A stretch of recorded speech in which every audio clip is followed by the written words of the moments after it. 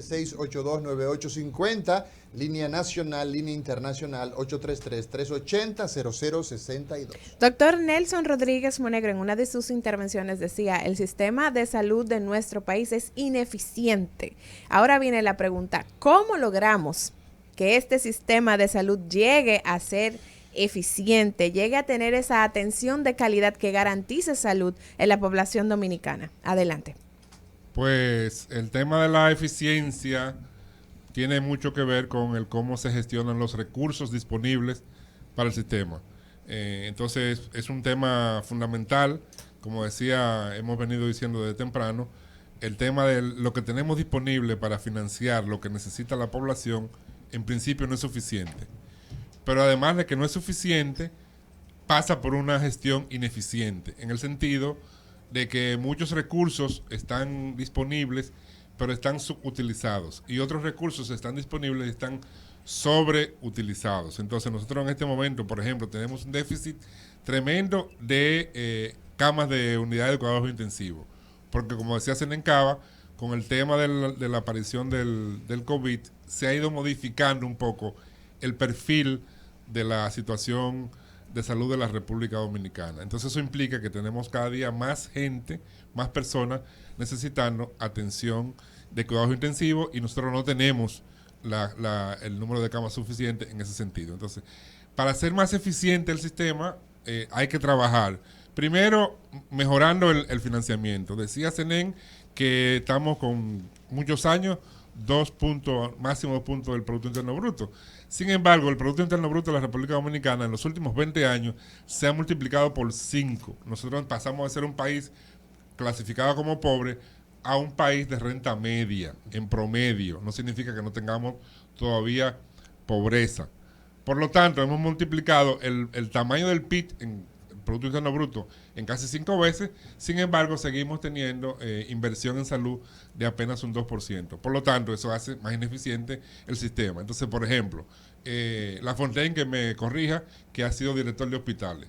Entonces, cuando hay que comprar en los hospitales, los recursos nunca son suficientes. Termina entonces haciéndose compra a costos elevados, porque quien te vende, como sabe que le van a pagar 5 o 6 meses después, pues le pone el costo financiero de esa inversión que está haciendo ahí. Entonces eso también hace más ineficiente el sistema. Los presupuestos nuestros, a nivel de presupuesto de la nación, pues se hace el presupuesto y los hospitales reciben los primeros recursos casi siempre en febrero.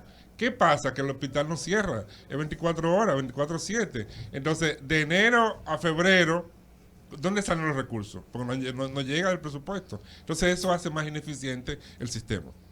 Bueno, Nelson, la misma pregunta para ti. Bueno, mira, yo pienso que nosotros tenemos un diagnóstico de la situación de salud del país, primero, y partiendo de ahí, pues se elaboran políticas que den respuesta a esas falencias que tiene el sistema. Para mí eso es lo primero, la decisión de qué es lo que vamos a realizar, y yo creo que está escrito. En consecuencia, vamos a ejecutar. Ahora, si ahora mismo nosotros diéramos el salto de pasar de 2.5 del PIB a un 5% del PIB, yo no tengo la menor duda que va a ocurrir lo mismo de educación. Lo mismo de educación. Que esos dineros se van a diluir, va a ser como una piñata, y ya tú sabes lo que ha pasado en salud, que aparte de mejoramiento de cobertura, en términos de que mayor cantidad de niños están en las aulas, todo el tema de calidad ha sido un desastre. El tema de preparación de los profesores ha sido un desastre. Las competencias se queman todo en los exámenes que le dan. En fin, ¿qué es lo que quiero decir con esto? Que una vez establecido la política y el plan de ejecución, tiene que haber una prioridad. ¿Cuál es la prioridad? Yo pienso que nosotros tenemos 2 prioridades. Primero, desarrollar la famosa atención primaria. Como consecuencia, la mayor parte de los recursos deben irse a nosotros ejecutar lo que está escrito en términos de atención primaria con sus componentes. Un componente que tiene que ver con la promoción de la salud, la educación de la gente, la prevención de enfermedades, etcétera, y un componente asistencial. Luego ese componente asistencial tiene y necesita infraestructura adecuada, necesita hacer un catálogo de prestaciones de acorde con la necesidad de salud del área donde se va a desempeñar eso. Como consecuencia, tendremos qué recursos humanos necesitamos en términos de médicos, ya sean familiares, ya sean médicos internistas, médicos generalistas con capacitación en atención primaria, los insumos necesarios, incluyendo el tema de medicamentos y la tecnología apropiada para ese nivel. Es decir, ¿qué necesitamos aquí? Bueno, necesitamos un laboratorio que haga los análisis básicos, necesitamos imágenes pues sencillas, no complejas, que permitan ayudar al médico en su diagnóstico. Acompañado de eso, tiene que ir la articulación en la red. Esa unidad de atención primaria, a dónde debe derivar cualquier paciente, ya sea a un hospital de segundo nivel, municipal, provincial, o a un hospital de tercer nivel, ya sea regional o nacional. Tiene que haber una fluidez y tiene que desarrollarse entonces lo que son las redes complementarias, las redes de farmacia, ya sea farmacia del pueblo, ¿cómo se llama? Tener los centros diagnósticos que le den respuesta a varias unidades de atención primaria, tener servicio de ambulancia, no una ambulancia en cada unidad de atención primaria, pero sí tú debes tener una ambulancia estratégicamente para dar respuesta a los problemas de que si un paciente presenta algo de manera crítica, pues haya un mecanismo fluido. Recuérdense que el tema del 911 solamente da atención extrahospitalaria. Si es un traslado al hospital. Si es un traslado de un hospital a otro hospital, ese servicio no lo da. Eso lo hace el CRUE. Tiene que tener eso. Tiene que tener también el acceso a sangre, esa red, ¿verdad? Entonces, eso es lo prioritario para mí. En segundo lugar, entonces está el tema de calidad de la atención. Ahí entramos en todos esos procesos que mencionaba Roberto. En esos procesos que va desde la admisión del paciente hasta la salida del paciente. Y dentro de ese proceso, pues, interactúan varios profesionales de la salud, interactúa, pues, los medios auxiliares diagnósticos. Todo ese proceso, los insumos, debe tenerlo en el hospital. Es decir, que si nosotros nos centramos en esos dos, fíjate que yo no te hablo de más hospitales. Hasta que aquí no se tenga un primer nivel de atención, ya hablando del componente asistencial, universal, nosotros no vamos a ver cuántos hospitales necesitamos ni cuántas camas necesitamos. Posiblemente necesitemos menos camas de las que tenemos. Porque ¿qué es lo que ocurre? Pero bien gestionada, con la calidad que se requiere. Así es. Nelson, dame un segundo. Lisania Salcedo. Bien, tenemos con nosotros aquí en el panel también al doctor Larry Gómez y los psiquiatras, los especialistas que han pasado por aquí, que trabajan en el área de salud mental, siempre hacen énfasis en que salud mental es la cenicienta del sector salud. Entonces nos gustaría que usted como profesional del área pudiera dejarnos estas pautas. Pero cenicienta era muy bonita, ¿a qué tú te refieres? Olvidada.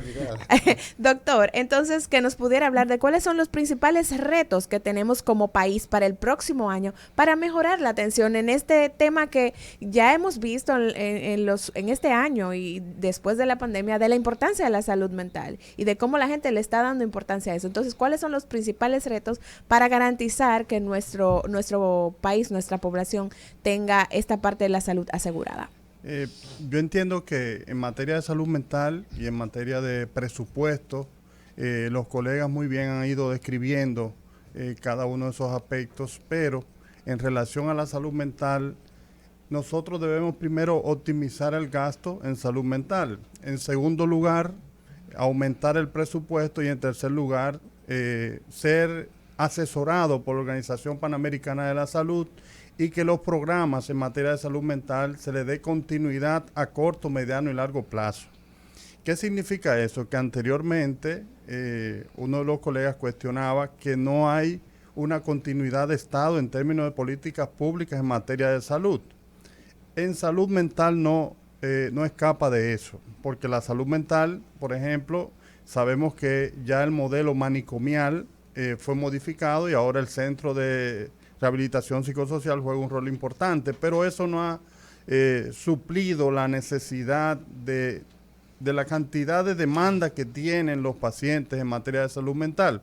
O sea, la cantidad de pacientes que tenemos en salud mental ha desbordado la capacidad de los hospitales y de las unidades de intervención en crisis. Por ejemplo, aquí tenemos solamente hospitales con unidad de intervención en crisis en las grandes ciudades. Entonces nosotros aspiramos a que la mayoría de las provincias, si no todas, tengan su unidad de psiquiatría que permita yugular la crisis de esos pacientes que en las comunidades están haciendo crisis, y en segundo lugar, que puedan seguir incorporados a la comunidad. Eso como una manera de garantizar la salud mental de la población. Otro aspecto importante es el respeto de la ley, Aquí se hacen muchas leyes, pero las leyes no se cumplen, entonces pasan a un lugar de letra muerta. A veces hacemos leyes muy aspiracionales, muy deseosos de que sea así, pero lamentablemente no le damos continuidad a eso, ni le hacemos adendum o adecuaciones en el momento que nos permitan a nosotros.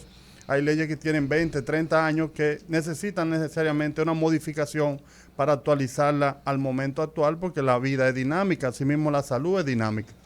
Así mismo es. Doctor Roberto Lafontaine. Mira, Mauri, yo creo que algo prioritario de lo prioritario para uno poder mejorar la atención. Ya estoy solamente en parte de atención y estoy en la parte de atención en los hospitales públicos. Son los procesos, fundamentalmente los procesos administrativos financieros. ¿Por qué razón? Anualmente se ponen aquí a circular al mercado más de 100.000 millones de pesos. 100.000 millones de pesos por concepto de la seguridad social.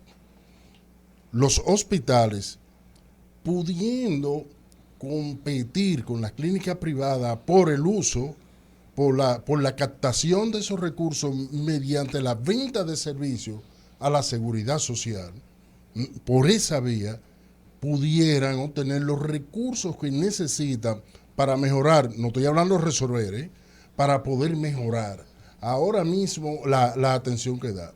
Ahora mismo ningún hospital tiene la excusa de no producir por encima de 5 veces multiplicado por 5 lo que recibe por fondos reponibles. Ahora bien, para eso hay que trabajar desde ahora, para que esto pueda ocurrir a partir de enero en los procesos. Además, controlar más el uso de estos recursos, porque el nivel de discrecionalidad que hay en el manejo y todo lo que trae la discrecionalidad en el nivel local, en los mismos centros hospitalarios, eso no tiene nombre. Y con esto se va a poder mejorar. Los hospitales van a mejorar, van a elevar su nivel de autogestión y por lo tanto van a ir adquiriendo todo lo que necesitan para mejorar la seguridad de la atención.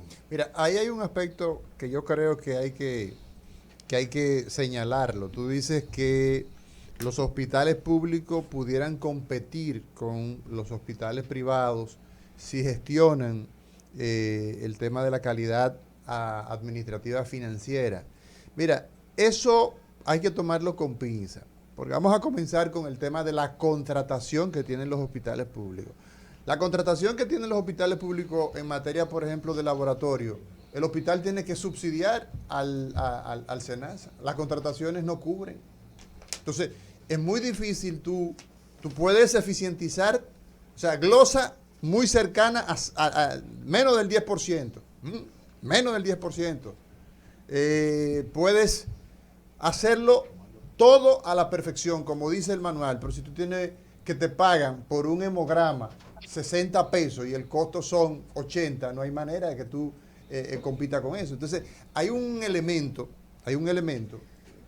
que es necesario discutir para que eso que tú decías, Montero, sistema mixto, el Estado, o sea, el gobierno le da una subvención, pero al mismo tiempo el hospital tiene la capacidad de poder vender servicios con todos esos pacientes que llegan con un carné que dice, mira, yo tengo seguridad social y el SENASA me va a pagar, pero hay que rediscutir, hay que renegociar lo que está contratado, porque todos los hospitales que nosotros tenemos actualmente en el sistema público tienen unas contrataciones donde básicamente el hospital subvenciona al SENASA. Y eso, con eso, yo pienso que definitivamente hay que hacer un ajuste, porque hay que hacer todo esa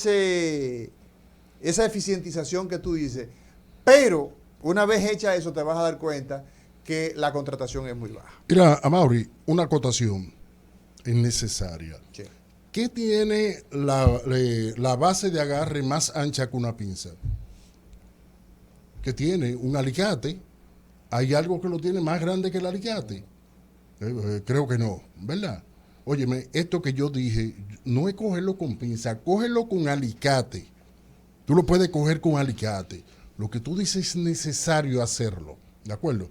Ahora bien, lo que te estoy diciendo es que así como está, sin quitarle certeza a lo que tú has dicho, cualquier hospital te puede producir a ti no menos de 5 veces de lo que recibe por fondos reponibles. Sí, pero te acabo de decir, yo te Sí, escuché pero, pero esa es la segunda parte que tú pones. Sí, bien. Está bien, yo te la acepté, pero lo que te estoy diciendo es que si queremos mejorar a enero la captación de recursos frescos de los hospitales, sin hacer nada de lo que tú dices, nosotros lo podemos lograr.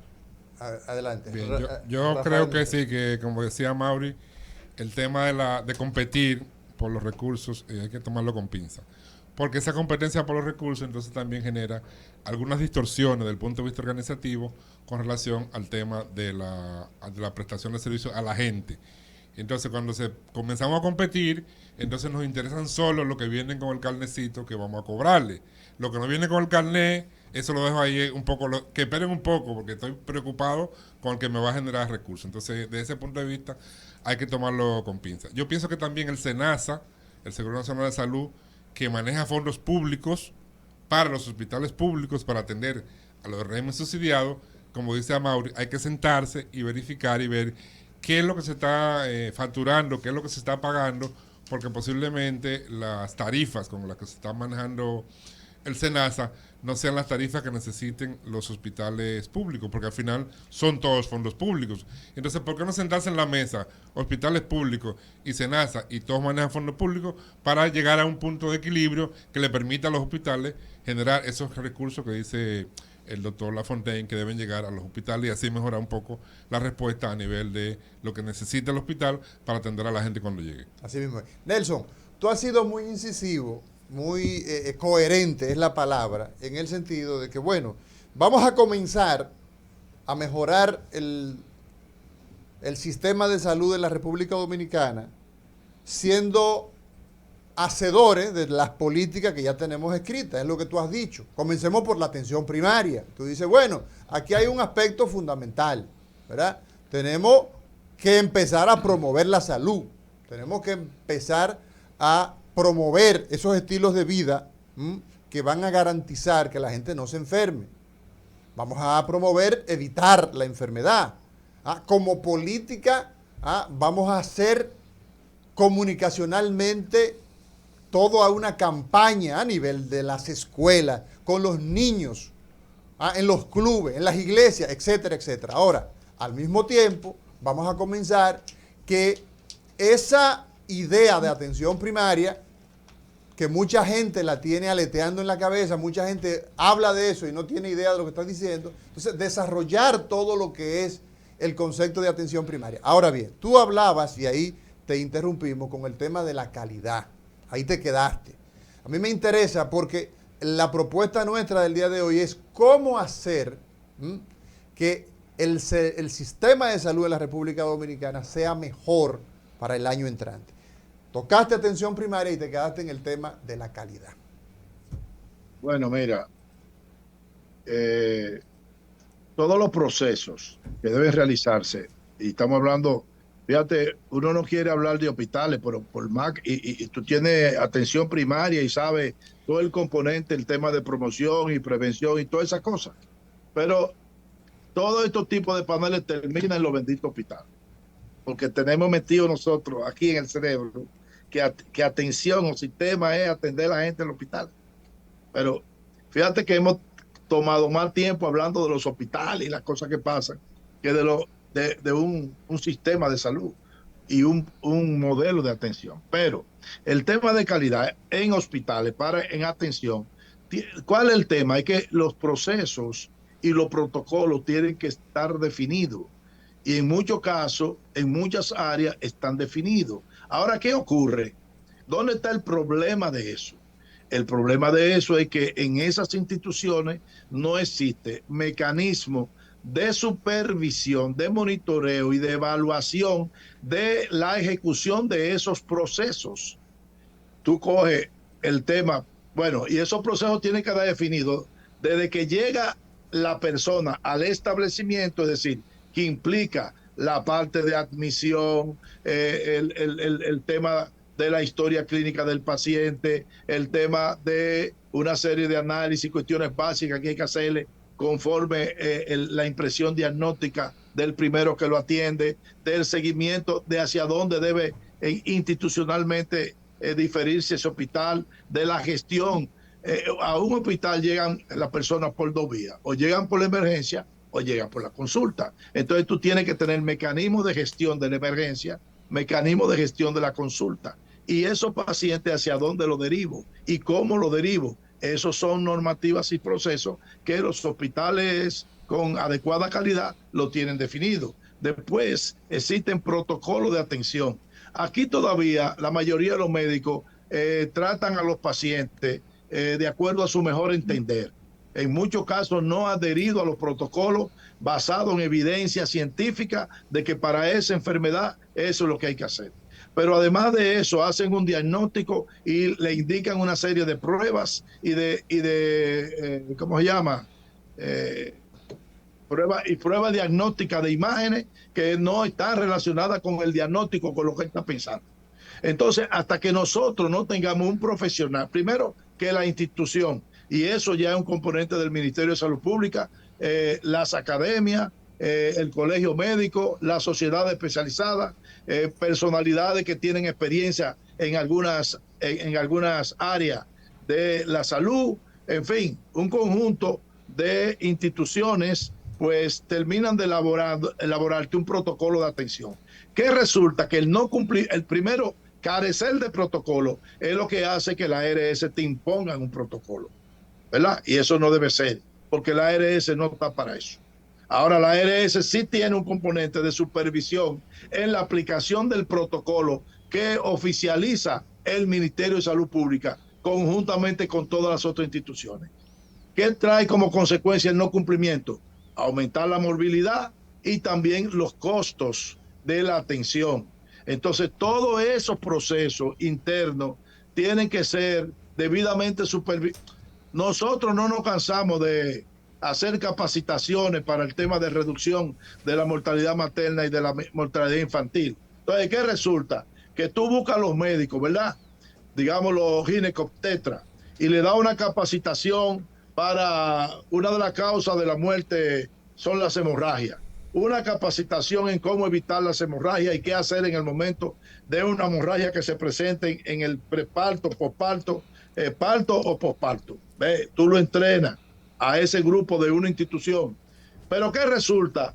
Que el jefe del departamento, el coordinador de la residencia, el director del hospital no están integrados en eso y no supervisan. Lo hacen un mes, a los 2 meses vuelven de nuevo a hacer lo que les da la gana. Pero también hay que decir que muchas veces los insumos que se necesitan para dar la atención, el hospital no lo tiene. Entonces, todo eso complica la calidad de la atención. Tú crear los diferentes comités que operen, por ejemplo, uno de los problemas que tenemos en República Dominicana y no de República Dominicana es el tema de infecciones adquiridas en la atención intrahospitalaria, que anteriormente se llamaban infecciones nosocomiales, ¿verdad? Entonces tú creas todo un mecanismo de prevención. Pero tú resulta que en un hospital tú encuentras que no existe lavamanos. Es decir, que no hay agua, Nelson, que no hay agua. Bueno, hay agua. justamente Bueno, tú tienes el óyeme. caso. Mira, el lunes antepasado, yo estaba operando en el hospital Lario Contreras y no había agua. Había que usar, había que usar suero, salino. Entonces, la institución, el director puede intentar hacer mucho, pero si el agua no le llega, si no le llega el agua, por eso entonces hablamos de esos famosos determinantes. Adelante, Sí, mira, todo esto está lleno de anécdotas. Ahora bien, para dejar un capítulo también, o sea, sobre la mesa, toda promoción de la salud basada en los estilos de vida como política es un fracaso. En ninguna parte del mundo ha funcionado. ¿Por qué razón? Porque los estilos de vida, la promoción sobre la base de los estilos de vida es un aspecto de consultorio. No se puede llevar a políticas públicas. Cuando estamos hablando de políticas públicas, tenemos que hablar de promoción en los modos de vida, que es donde se forma el estilo de vida. El estilo de vida es individual, pero se crea colectivamente. Pero Amaury, yo no estoy hablando de ti. Espérate. Yo no estoy de acuerdo. Pero no, tú puedes no estar de acuerdo, permíteme terminar. No, está bien, concluye. Sí. Entonces, en ninguna parte del mundo, la promoción sobre la base del estilo de vida, sin impactar los modos de vida, ha sido un fracaso. Lo que está haciendo ahora el Ministerio de Salud, y por eso lo digo, es que sobre la base de los estilos de vida, han construido una estrategia que son los famosos operativos y sobre la base de los factores de riesgo y la cosa, y lo que están haciendo son operativos de promoción de la salud que han sido todo un fracaso, no resuelven nada. Roberto, que tú mezclas una vaina con la otra. Es que está mezclado, Nelson, la salud es integral, espérate, no. Óyeme, Nelson, no estoy mezclando. Amaury primero me descarta como comunista y tú como es que yo no creo en eso tampoco. Es trabajar, pero es lo que estoy diciendo, Nelson. Espérate, no, espérate. Prevención primaria. No, pero yo estoy hablando de promoción para que la gente no se enferme. Es promoción para que la gente no se enferme porque estamos hablando de salud, Nelson. Roberto, yo no estoy mezclando nada. Roberto, tú expresaste tu opinión y yo te estoy diciendo, yo no estoy de acuerdo yo no estoy de acuerdo que tú descartes una estrategia que es a nivel de políticas públicas globales. Claro. No, pero eso lo dices tú, espérate, pero no me deforme. Pero perdón. Lo que no puedo permitir es que me deforme. Perfecto. Ahora, Rafael Montero. Yo creo que igual que Amaury, que sí, que desde el punto de políticas públicas se pueden establecer una serie de estrategias para promover estilos de vida saludables. Que haya facilidades, por ejemplo, que la gente tenga acceso a un área para ir a hacer ejercicio. Que haya una política pública, por ejemplo, que le dé una facilidad a los gimnasios para que bajen los precios, para que la gente vaya y se inscriban. Que haya políticas públicas que promuevan. Pero tú estás trabajando ahí en los modos de vida. Tú estás trabajando en los modos. Son políticas públicas. Sí, pero no sobre la base de los estilos de vida, sino de los modos de vida. Espérate, que ustedes tienen un error conceptual tremendo. No, está bien, mira. Tú me estás hablando sobre la base de los modos de vida y ya me callé para que puedan seguir. Seguimos entonces. Bien, entonces, todas esas políticas públicas se pueden promover. Adelante, Nelson. Oye, Montero, escúchame, mira. El problema es que Roberto coge unos ejemplos que no van. En lo que está implementando hoy el Ministerio de Salud Pública, una cuestión que le llama Ruta de la Salud. ¿Qué es lo que es eso? Es un operativo médico. ¿Y cuál es el resultado de eso? Pero eso es lo que estoy diciendo, Nelson. Está atendiendo gente al que llegue ahí, punto. Es que eso es. Ellos lo promueven como promoción. Bueno, me diga que no pueden hablar los dos. Eso es más político que salud. Eso no sirve. Pero que yo estoy de acuerdo contigo y tú estás de acuerdo conmigo. ¿Por qué tú dices que el ejemplo mío no va? Eso es lo que estoy diciendo. Porque tú me estás hablando a mí de que lo que tú dijiste fue que tú crees en la promoción en el consultorio. Que tú no crees en la política colectiva. No, yo no dije eso. Promocionar el estilo de vida saludable. Es que te equivocaste, no dije eso. Yo lo que dije es que el estilo de vida, promoción de la salud sobre la base del estilo de vida, eso a nivel de la relación médico-paciente, que la promoción de la salud a nivel de comunidad va sobre la base del modo de vida para impactar el estilo de vida. Bien, señores. Ese fue lejos de confundir a la gente. El propósito de Cátedra Médica es que la gente se vaya con una idea bien clara de cómo mejorar el sistema de salud en la República Dominicana. Nosotros tenemos y yo me adhiero en este caso al hecho de que si hemos definido como país una estrategia, hemos establecido que la atención primaria es el modelo a seguir, debemos no desdecirnos, no desautorizarnos e ir en consonancia con ese modelo de atención. Yo pienso que lo que se necesita aquí es una decisión política, es una decisión de el presidente de la República, no es de los legisladores, no es de los alcaldes, del presidente de la nación, en echar a andar el modelo que nosotros escrituralmente tenemos. Y con eso nosotros damos un gran paso que va a permitir saber qué tenemos, qué necesitamos, y sobre todo llevar a la comunidad los aportes fundamentales que se requieren.